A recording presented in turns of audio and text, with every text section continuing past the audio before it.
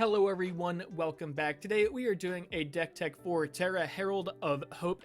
Terra is a 3-mana 3/3 human wizard warrior. She has Trance, which is at the beginning of combat on your turn, mill 2, and then she gains flying until end of turn. And whenever she deals combat damage to a player, we may pay 2, and when we do, we get to return target creature card with power 3 or less from our graveyard to the battlefield tapped. So this is some Terra Little Guy Reanimator. So why play Terra? Because Final Fantasy is cool. Final Fantasy is fun. Play Final Fantasy if you haven't done it. She's great because she enables herself with both the trance ability and her little connecting. So just being able to mill 2 is really nice, and then paying 2 just to reanimate post-combat to get 3 or less is big. She has offensive flying as a part of her trance ability, so she's even harder to block. And then the big draw with her is the 2 mana for 3 power or less, because that's a really good deal, because there are a lot of cards that cost like 7 mana or 6 mana that have 3 power, so we can reanimate them very easy. So here's the game plan. We don't need her to win. I mean, she's a great reanimator, but there's other ways to do it, right? So early game, we want to try and fill our grave, right? We can do this by playing her in the mid game and then just like, or really whenever. There's a lot of cards we just like want to mill with. Mid game, we want to play her, and then like, we don't really want to focus on her to mill 2, like even though she can do it, like I tried to say earlier, but like we really want her for the connection. So once we have a couple good cards in the grave, we can start reanimating. And then late game, we're kind of an aristocrat-y deck, so none of our guys really ever go away, and we're just able to win through just controlling the boards because we have a lot of removal and just winning through beats and drains from the aristocrat pieces. So channel and deck stuff. At the time, this deck is $464. Take it with a grain of salt. Prices are artificially high right now because of the Final Fantasy shortage. So we'll kind of see what happens when the full deck lists come out. Get the cards you need from the link down below, and as always, like, comment, and subscribe to the channel. So going into the only Planeswalker, we have Lily Dreadhorde General. We have a lot of death triggers in this deck, right? So, and we make a lot of tokens in the deck. So mainly we're running her for the top ability of whenever a creature you control dies, draw a card. That's really, really big. She's also pretty fine removal to make each player sacrifice 2 creatures. Very solid because we can always get our creatures back, so it's not a loss for us. Being able to protect her with the 2/2 zombie is also very nice. And I mean, she's got a big ult. We're probably not going to do it, but it's a very good ult if we ever get there.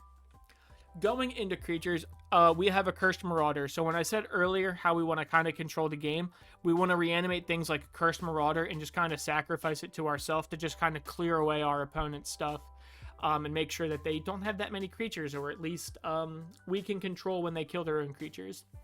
Both Aleshas are practically the same card. They're really just there to reanimate something every turn. That's kind of what they're there for. I mean, honestly, Alesha who smiles at death, you could almost 1-for-1 go straight across, but I feel like Terra's a little bit better. We have Annex hardened in the Forge, so whenever our creatures do die, because again, we do plan on killing our creatures or at least blocking with them or doing whatever to make more tokens, they're all going to come with a buddy, right? Or they're going to die and replace himself with a buddy. Annex can be pretty big, and he's always going to replace himself, which is really nice. Anger is a card that we want to mill and we don't want to reanimate. Just having all of our guys have haste forever is a very big deal. And Aurelia is one of those cards I mentioned earlier that costs a lot of mana, like 6 mana, and is a 3/4. So flying at Vigilance Haste, when she attacks for the first time each turn, untap all creatures you control. After this phase, there's an additional combat phase. So she doesn't work the turn she comes out because she's going to enter tapped and combat's already done, but the next turn she's going to go pretty crazy, and at the very worst, she's going to have to eat a removal spell, which we will then reanimate her next turn again. We have Blood Fartist, really just to have her, or whenever another creature dies, target player loses 1 life and we gain 1 life. Very good, because again, we want to sacrifice chump block all of our creatures. And again, it's not just our creatures, it's any creature dies, we get to do a little drain to someone. I like the idea of Boromir. Well, one, every reason is the reason I like Boromir. Vigilance 3/3/3, great rate. Whenever an opponent casts a spell, if no mana was spent on it to cast it, counter it. As commander and power creep has grown, there have been a lot more free spells or ways to cast spells without paying their mana costs, and I think Boromir is a very good hate piece for it. But Also, being able to sacrifice him to give the entire team indestructible is very good, and then the ring temps us just kind of as an added benefit. So something we could very well do is just sacrifice Boromir, attack, pay 2, reanimate Boromir, so our board's like perpetually like good to go. Braid's Arisen Nightmare. At the beginning of your end step, you may sacrifice a creature. Honestly, don't read the rest. For each opponent, they also may sacrifice a creature. And if they don't, they lose 2 and we draw a card, which is a win-win because we're just going to kill off a token. And if it's either killing our opponent's creatures or we're drawing a bunch and they're losing a bunch. So win-win. Chainer Nightmare Adept. Discard a card. You may cast a creature spell from our graveyard. Again, we mill a lot. We want to reanimate. He's really good for it. And then whenever a non-token creature enters the battlefield under our control, if we didn't cast it from our hand, it gains haste. So the idea is everything we cast off Chainer has haste. And also something really cool about him is when we cast Terra from the command zone, she will also have haste from Chainer. Elias Il-Kor is just kind of good. Everything we want in the deck. Again, we're kind of aristocratic. So whenever another creature enters, we gain 1. Whenever another creature dies, each opponent loses 1 of our creatures. So really good. It just kind of makes us stay in the game longer and longer. So we can like kind of stabilize and take beats from opponents while not truly like being worried about our life. FOMO's excellent. It enters, discard a card, then draw a card, so it's filling the grave of something we want to reanimate later. And then if we have Delirium, which is very likely because we're self-mill reanimator deck, we can get more than 1 combat, which is really nice. Fury is just so good. 3 power. All the cards in the deck, all the creatures at least, hit that 3 or less. So when he enters the battlefield, he deals 4 damage divided among any number of target creatures or players. Now, enter the battlefield abilities are very important in this deck because Terra makes them enter tapped. So it's kind of like a big deal that like they either going to have like a big bomby effect, or they have to impact the game immediately or have a big bomby effect for the next turn, say like Aurelia. But Fury's really good because he's going to enter and he's just going to deal 4 damage divided. And then he's a 3/3 double striker. We can evoke him on our turn if we need to, but ideally we're not doing that because we don't want to exile a ton of things. And again, if Fury dies, we're just going to reanimate him anyways. Grey Merchant of Asphodel, aka Gary.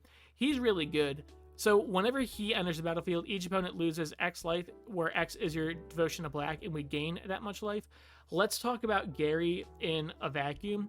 Gary enters if we have 3 opponents. Each opponent loses 2 life. We gain 6 life.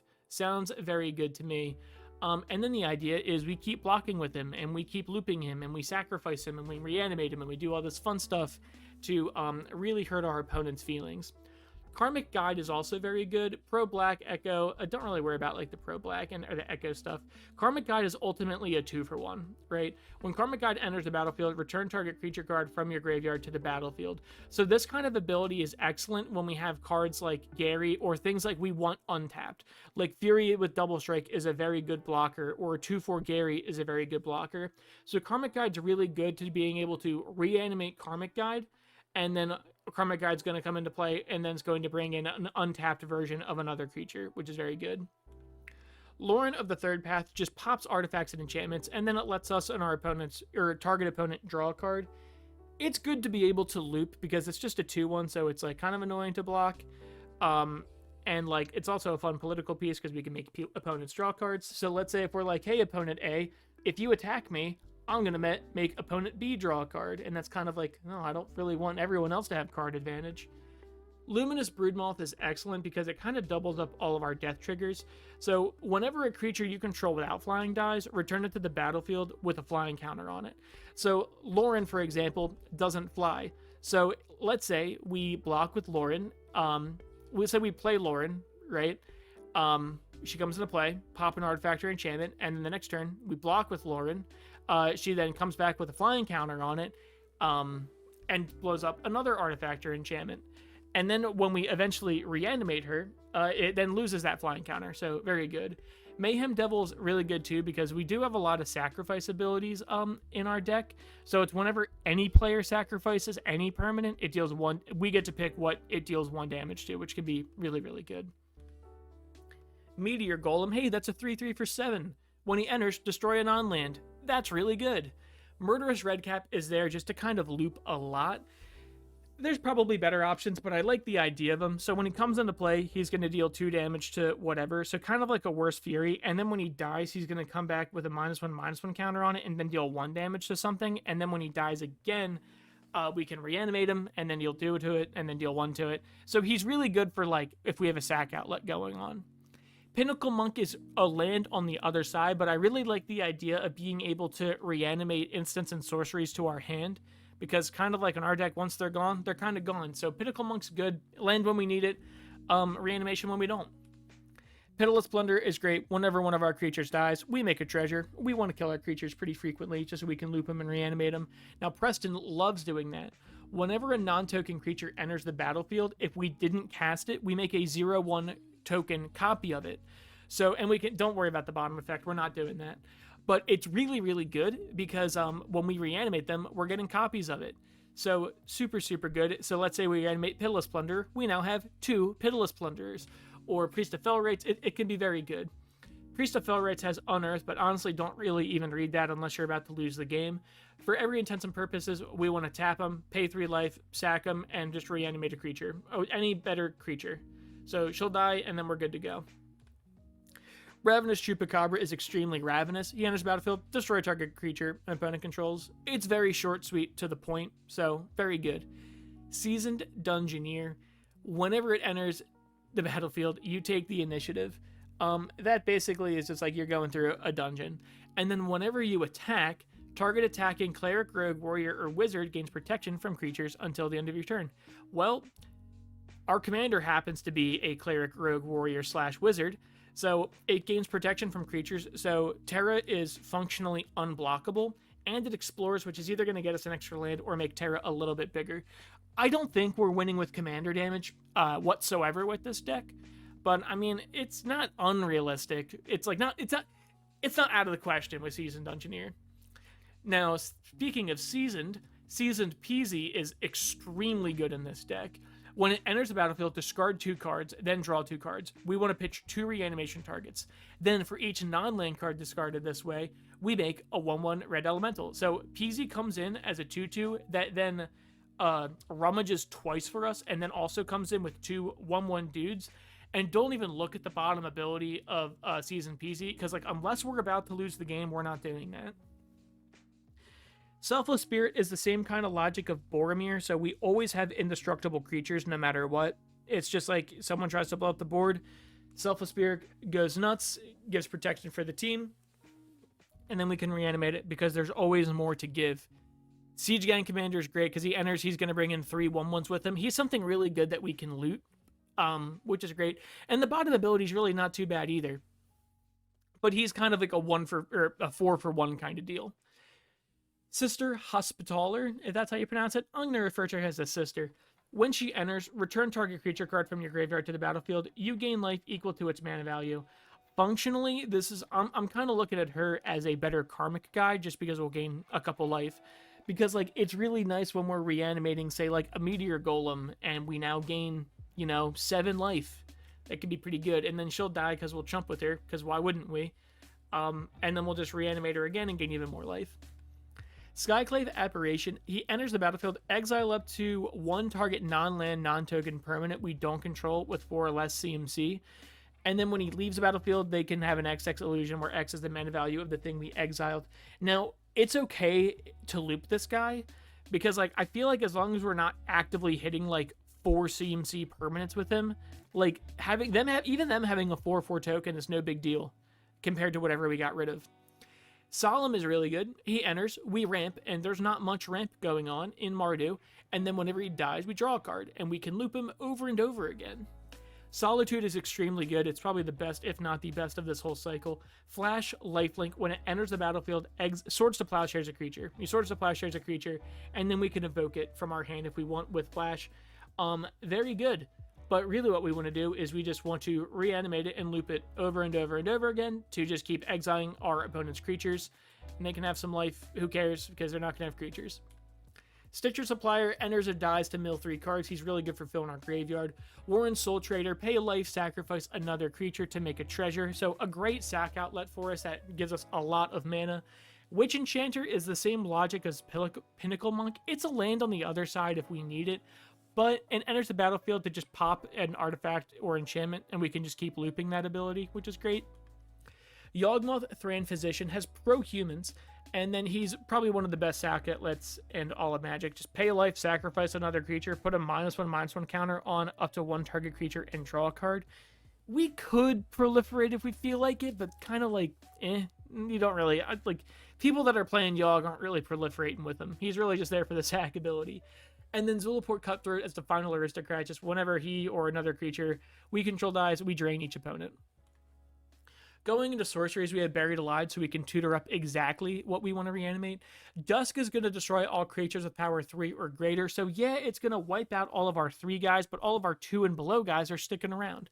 And then the Dawn ability is also really nice, because if we do mill this, right, it's also nice to be able to return all creature cards with power 2 or less from our grave to our hand.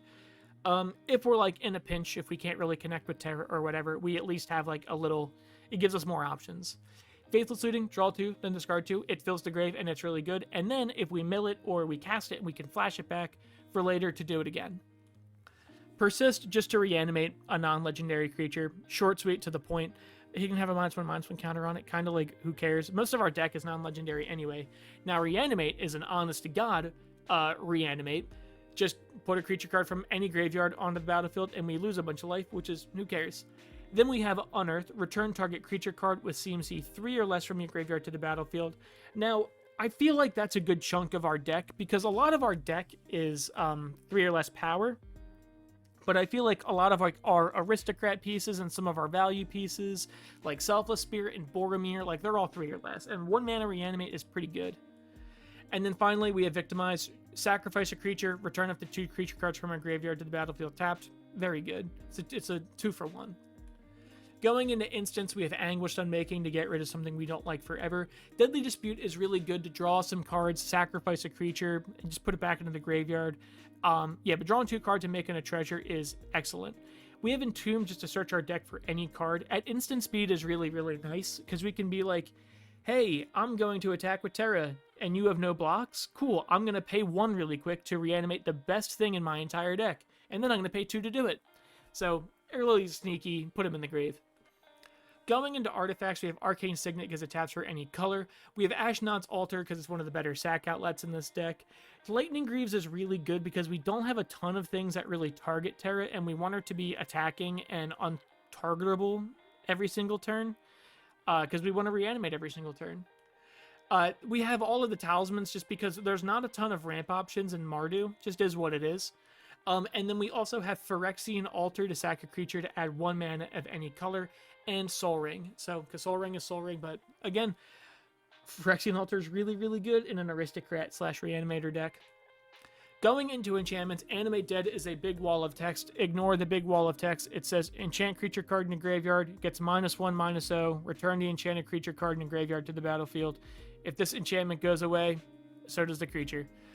Bastion of Remembrance, when it enters, create a 1/1 human, and then whenever a creature you control dies, each opponent loses 1 and we gain 1. Black Market Connections is really good in this deck. I think we're good in really any deck. I like picking mine losing 3 life to just make a treasure and drawing a card every single turn. It just gives us a mana and an extra card every turn. It's just too much value. We can make a 3/2, but like honestly, the only reason I like making 3/2s is if like an opponent, say, has like a creature that would damage us more than 3 life, if that makes sense. Like if an opponent has like a 5/5, like I'd rather lose 3 and chump with a 3/2 than take the 5. Goblin Bombardment to sacrifice a creature to deal 1 damage to target creature or player, so it's kind of we can start flinging our dudes.